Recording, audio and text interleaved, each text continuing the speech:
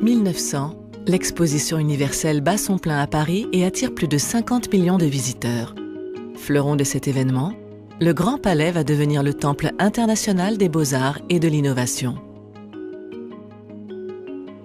Alors que l'Art nouveau est à l'honneur dans la capitale, les nouvelles industries s'activent dans le nord-est de la France, autour des mines et de l'énergie qu'elles fournissent.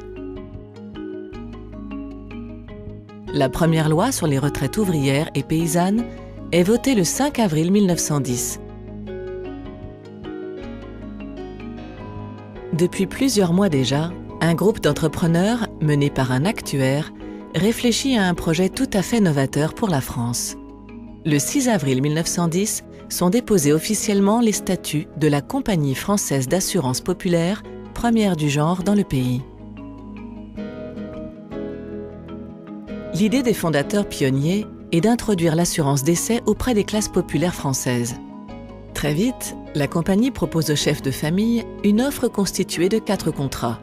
Mais les agents producteurs peinent à convaincre les foyers d'ouvriers et d'employés. Les premières années sont difficiles. Début 1914, l'entreprise sollicite un professionnel, André Angot, qui connaît déjà bien l'assurance vie. Il entend procurer une protection aux familles modestes qui pouvaient se trouver totalement démunies en cas de disparition du père. Cette vision cimente les fondamentaux de Prévoir. Juste après la signature d'un important contrat groupe avec les blanchisseries de Taon, dans les Vosges, la Première Guerre mondiale éclate et l'activité de la compagnie va alors quasiment cesser. En 1923, André Angot imagine une méthode de vente originale, la coopération, fondée sur le parrainage. Le petit livre permet aux producteurs de persuader les ouvriers de s'assurer et de convaincre leur entourage d'en faire autant. Par cohérence avec ce devoir de solidarité, André Angot change la raison sociale de l'entreprise qui devient le devoir. Les années 30 marquent le début de la constitution d'un patrimoine immobilier parisien. Le portefeuille client connaît une forte augmentation au milieu des années 40. À la sortie de la Deuxième Guerre mondiale, l'économie est en plein essor. La reconstruction mobilise les ouvriers.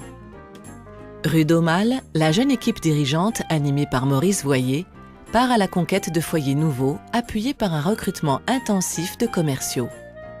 En 1951, Le Devoir lance dans les salles obscures sa première réclame sur la couverture des risques d'essai, tout en enrichissant les garanties de ses contrats.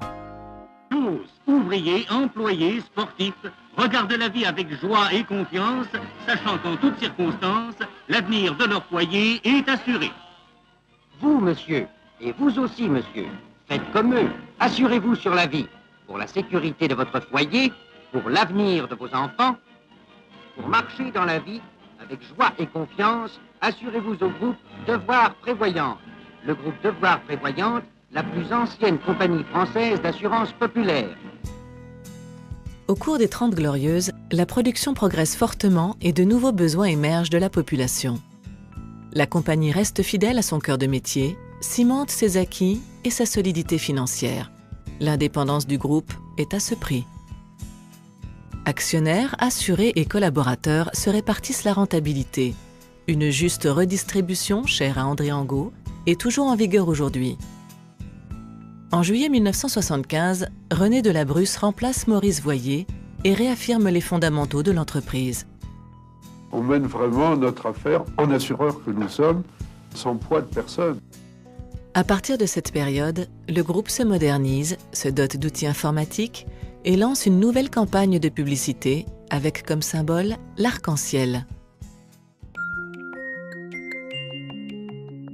En 1986, sous l'impulsion de son nouveau président, Bertrand Voyer, des dynamiques inédites s'organisent.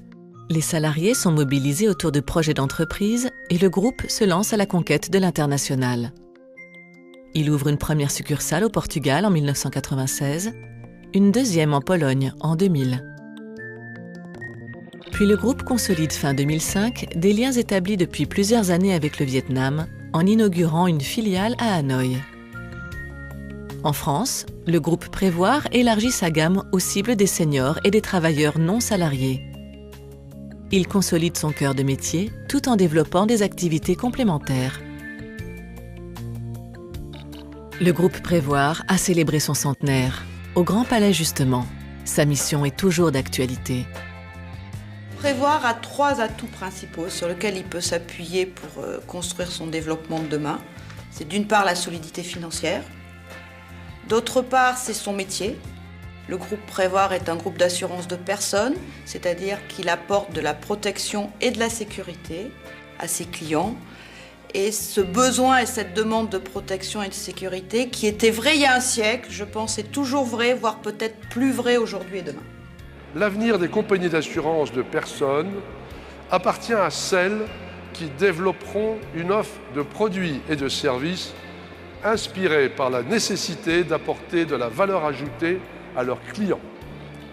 Nous comptons bien sûr faire partie des sociétés innovantes pour le futur et nous nous sommes équipés dans ce but. Le groupe Prévoir est bien préparé pour aborder avec confiance au moins 100 ans d'avenir. Prévoir a aujourd'hui 100 ans, son histoire humaine continue.